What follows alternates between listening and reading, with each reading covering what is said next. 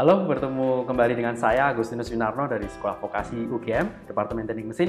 Kali ini saya ingin bagikan informasi mengenai jejak pengukuran standarisasi. Masih seputar tentang pengenalan apa itu pengukuran. Kalau sebelumnya saya mengenalkan tentang konsep apa itu pengukuran, kali ini saya ingin bagikan tentang berbagai macam, mungkin sedikit sejarah tentang pengukuran di dunia. Baik, uh, pengukuran di dunia sebenarnya sudah cukup lama kita lihat. Yang pertama itu sejak zaman 8.000 sebelum Masehi di zaman Mesopotamia. Jadi di sana di sepanjang Sungai Tigris, Efrat dan Nil sudah mampu membuat gubuk, alat tenun dan berbagai alat yang lain-lain. Itu dengan mengacu pada panjang lengan seseorang. Dan bahkan mereka sudah bisa membuatkan huruf-huruf. Yang kedua, tahun 5000 sebelum Masehi, ini saya ambil dari PSN. Jadi bangsa Mesir itu sudah bisa membuat yang namanya satuan standar qubit. Qubit itu adalah suatu satuan yang berupa panjang lengan dari Firaun. Anggap saja saya seorang Firaun. Jadi panjang lengan saya ini adalah satu qubit dan itu digunakan di seluruh Mesir sehingga mereka bisa membuat sebuah piramid yang sangat megah gitu. Baik. Sedangkan di Indonesia sendiri pada tahun 800 Masehi itu ada di Nusantara sudah ada Borobudur. Jadi kalau kita lihat Borobudur itu berdiri tegak lurus terhadap muka bumi, walaupun sudah mengiring karena gempa atau faktor usia, tapi pada waktu dibuat itu tegak lurus dan sekarang pun masih tegak lurus karena setelah restorasi. Nah, di situ membuktikan bahwa di Indonesia pun kita pasti sudah mengenal pengukuran karena di sana pasti bagaimana mengukur ketegak lurusan, bagaimana batu-batu ditata, itu jelas mereka pasti menggunakan alat ukur. Walaupun sampai sekarang masih menjadi misteri alat ukur seperti apa yang digunakan oleh pada saat itu. Nah, sedangkan di dunia modern itu pada tahun 1795 itu di Prancis itu sidang konstitusi nasional Prancis itu pada tahun itu secara resmi melimpahkan tugas pengembangan sistem pengukuran metrik pada Akademi Ilmu Pengetahuan Prancis. Jadi di situ pengukuran standarisasi pertama di Prancis sudah dimulai sejak 1795. Sedangkan mungkin kita mengenal tentang Whitworth. Whitworth adalah mungkin Ulir Whitworth itu di Amerika, itu kata kuncinya. Jadi di sana pun tahun 1841 Whitworth mengenalkan suatu sudut ulir 550 itu spesifikasi ada sudut di situ. Jadi ini adalah spesifikasi teknis. Jadi di situ dia memperkenalkan spesifikasi teknis untuk ulir atau yang dikenal dengan ulir Whitworth. Nah, pada tahun 1906 itu IEC itu terbentuk. Itu bagaimana di Inggris itu bagaimana untuk mengirimkan sinyal-sinyal dari Inggris ke Amerika. Nah, itu memerlukan suatu standar elektronik. Nah, disitulah diperlukan standar pengukuran dan itu menjadi IEC pada tahun 1948. Nah, sedangkan pada tahun 1947 semua hal tersebut banyak yang bergabung dalam ISO yang pada saat itu membentuk International Organization of Standardization yang mulai beroperasi pada tahun 1947 yang berpusat di Swiss. Jadi disinilah sejarah panjang dari pengukuran atau standarisasi yang ada di sini. Nah, bagaimana ini tujuannya? Jelas. Bagaimana itu membuat suatu perdagangan itu menjadi lebih mudah, pertukaran barang itu menjadi lebih mudah, pertukaran informasi, itu telepon bisa terjadi kalau ada hal-hal yang standar. Nah, sedangkan di Indonesia itu pada tahun 1923 itu sebenarnya sudah dimulai sejak zaman kolonial dengan pembentukan suatu penyeragaman alat ukur itu oleh zaman Belanda. Dan pada tahun setelah kemerdekaan 1951 itu ada Dewan Normalisasi. Jadi di sini untuk diadakan perubahan tentang anggaran dasar itu. Jadi yang tadi sudah dibentuk dirubah. Dan pada tahun 1991 itu diterbitkan tentang Standar Nasional Indonesia atau SNI. Lalu tahun 97 itu dibentuk Badan Standarisasi Nasional menurut keputusan Presiden tahun 97 dan pada akhirnya pada tahun 2014 baru kita mendapatkan tentang undang-undang tentang standarisasi dan penilaian kesesuaian. Baik, apa yang bisa saya sampaikan di sini? Bagaimana kita sangat-sangat tertinggal. di dunia lain atau mohon maaf di luar negeri tahun 1700 sudah memikirkan tentang standarisasi. Sedangkan Indonesia pada tahun 2014, jadi saya masih ingat tahun 2008 ada gas yang meletus, tabung gas yang meletus. Saya menuliskan di harian Jakarta Post. Di situ saya menuliskan bahwa kita membutuhkan standarisasi dan sepertinya pemerintah mendengar pada tulisan saya tahun 2008 atau 2009 tersebut didengar, dan tahun 2014 sepertinya dibuatlah standarisasi. Nah, apa penyebab dari ketertinggalan kita? Yang pertama adalah yang pertama adalah akses pendidikan atau akses terhadap pengetahuan tentang pengukuran ini sangat minim. Yang kedua adalah kita masih terbelenggu dalam skala nasional, sehingga kita harus terbuka terhadap komunitas internasional. Bagaimana kita harus terbuka kita harus memberikan akses karena keterbatasan kita yang sedikit pada komunikasi internasional, dan itulah yang membuat kita tertinggal. Jadi dari sekarang, dari 2014 sampai dengan 2020 kita sudah 5 tahun. Jadi bagaimana kita sangat berkembang pesat, pengukuran kita sangat berkembang pesat sehingga banyak sekali yang bisa dikembangkan. Nah, semoga dengan demikian kita akan semakin kompetitif dalam dunia internasional. Baik. Lalu saya ingin memperkenalkan sedikit tentang meteorologi sebagai kelanjutan dari materi sebelumnya.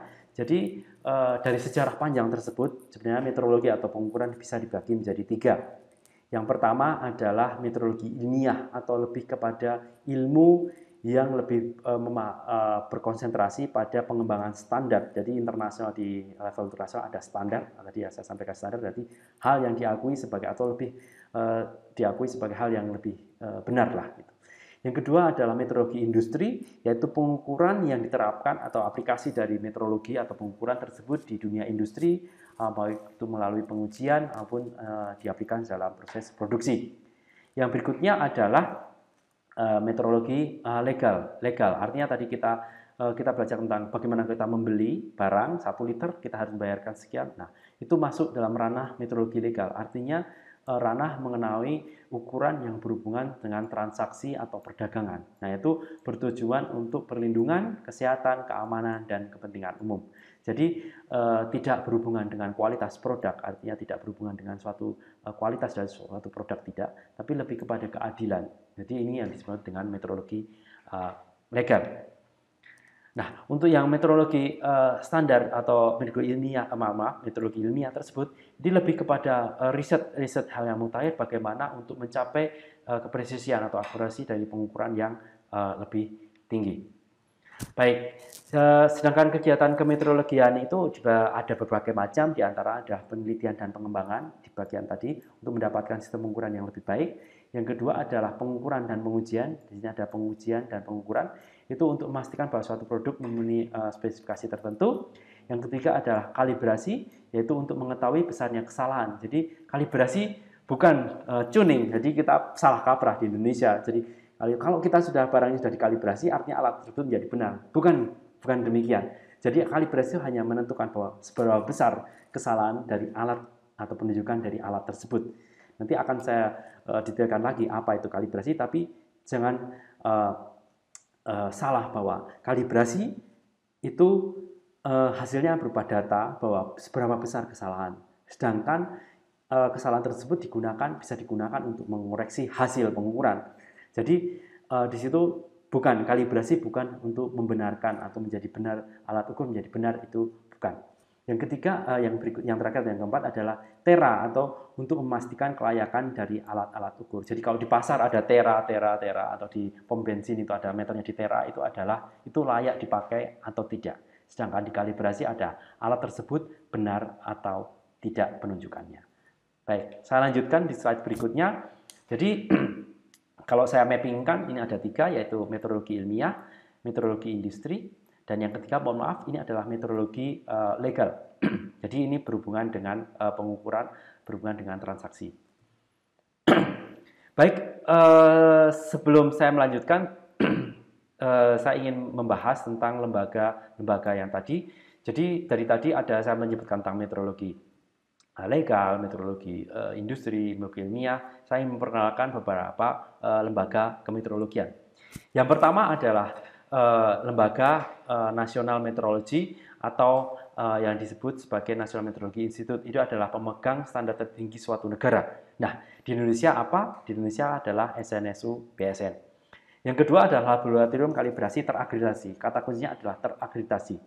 Jadi ada laboratorium yang tidak terakreditasi, tapi terakreditasi adalah laboratorium yang melaksanakan kalibrasi yang mendapatkan pengakuan dari badan akreditasi. Ini adalah laboratorium kalibrasi terakreditasi. Yang berikutnya adalah laboratorium pengujian yang biasanya adalah terakreditasi. Jadi tujuan dari laboratorium tersebut bukan untuk mengkalibrasi, bukan untuk mengecek alat ukur, tapi lebih kepada melaksanakan pengujian produk atau melakukan pengujian terhadap alat ukur tertentu. Dan yang berikutnya adalah Dinas Kemeteorologian atau Dinas Meteorologi yang bertugas untuk melaksanakan sesuai dengan ketentuan hukum yang berhubungan dengan pengukuran, misalnya mengenai tera alat ukur atau misalnya tera mengenai timbangan. Nah, berikutnya adalah lembaga yang terkait masih lembaga yang berkaitan dengan meteorologi. Yang pertama adalah badan akreditasi, yaitu badan yang memeriksa kompetensi suatu organisasi atau lembaga dalam melakukan suatu kegiatan tertentu. Jadi ini lebih kepada kalau di standar internasional ada ISO atau SNI 17025 itu. Nah, ini lebih kepada penerapan apakah itu benar, kaidahnya benar, kaidah pengukuran itu benar, uncertainty-nya benar atau tidak. Itu lebih kepada badan akreditasi, lebih mengakreditasi hal-hal yang berhubungan dengan kalibrasi atau pengujian tersebut. Yang berikutnya adalah kerjasama nasional dan internasional, ada IPMP, itu ada di Asia, ada CIPM, itu adalah Komite Internasional Timbangan dan Takaran yang ada di pusatnya ada di Prancis, dan ada ILAC, ada MRA, jadi ILAC adalah International Laboratory, jadi ini adalah organisasi yang mengakreditasi laboratorium kerjasama laboratorium baik kalibrasi maupun pengujian. Dan yang berikutnya adalah mutual recognition. Jadi biasanya ILAC atau itu mempunyai kerjasama itu didasarkan pada MRA atau Mutual Recognition Agreement.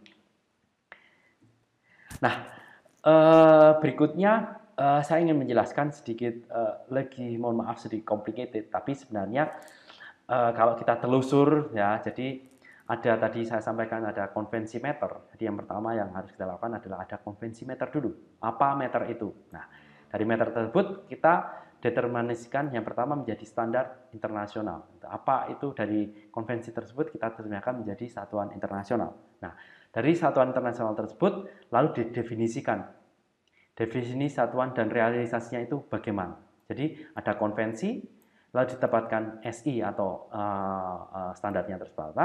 Lalu kita didefinisikan apa itu satuan dan realisasinya. Terus kita kembali kepada definisi tadi. Definisi tadi juga oleh lembaga CIPM itu diolah. Itu ada komite yang bertugas untuk mengawal tentang definisi internasional, bagaimana realisasinya.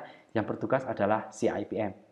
Nah, yang berikutnya adalah BIPM, adalah Biro Timbangan Internasional dan Takaran, yaitu lebih kepada bagaimana implementasi atau lebih terhadap realisasinya bagaimana, itu lebih kepada PIPM dan menjaga standar-standar yang ada di internasional tersebut dijaga oleh biasanya disimpan di PIPM. Misalnya standar massa itu disimpan oleh PIPM dan beberapa negara.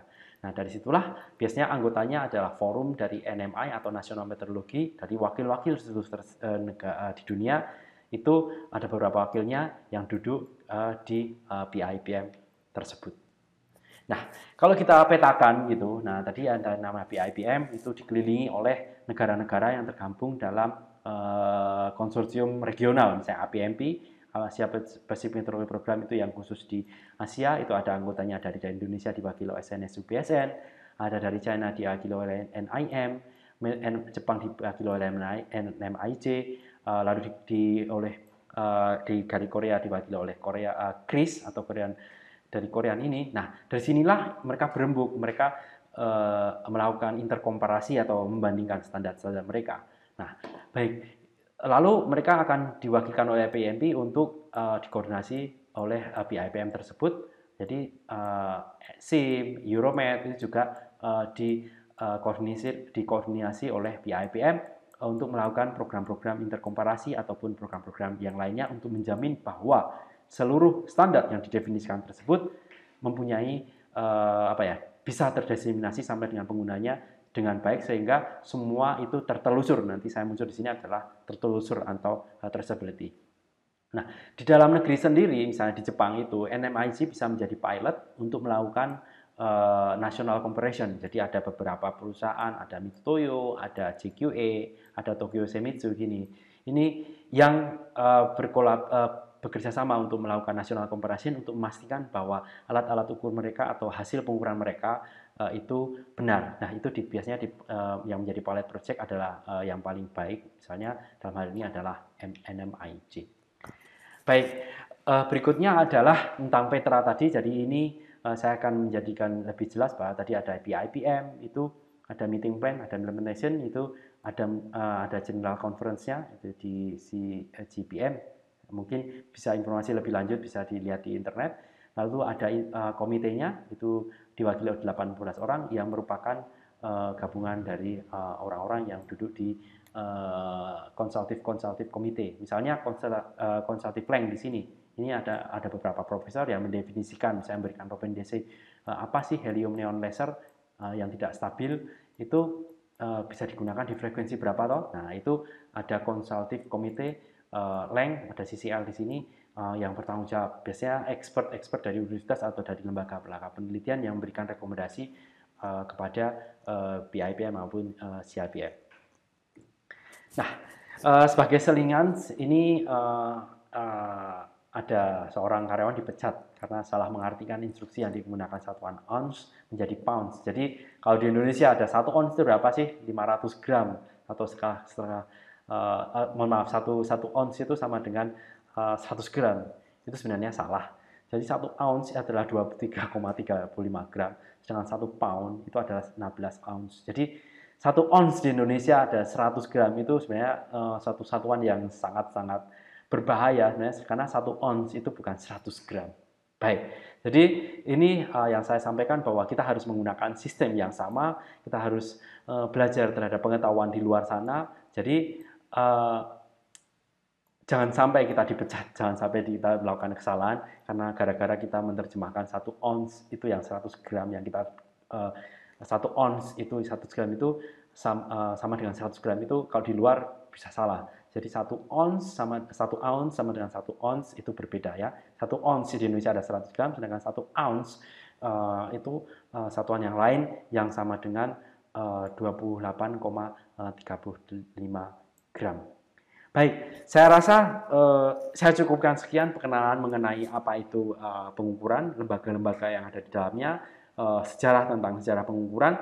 Semoga bisa memberikan gambaran yang lebih jelas sehingga kita tidak melakukan kesalahan-kesalahan. Jadi Pak Jokowi, ini loh Pak yang saya telusur, jangan-jangan Bapak menggunakan satu yang salah ini. Nah, disinilah mungkin tekan jahitnya Pak Jokowi terhadap menggunakan satu yang salah. Baik, dan perlu pendidikan atau perlu update pengetahuan mengenai apa itu pengukuran. Baik, saya cukupkan sekian materi yang kedua ini. Dan tetap tune, jangan lupa untuk komen di sini ataupun subscribe dan jangan lupa untuk tetap tune in di channel ini. Salam vokasi.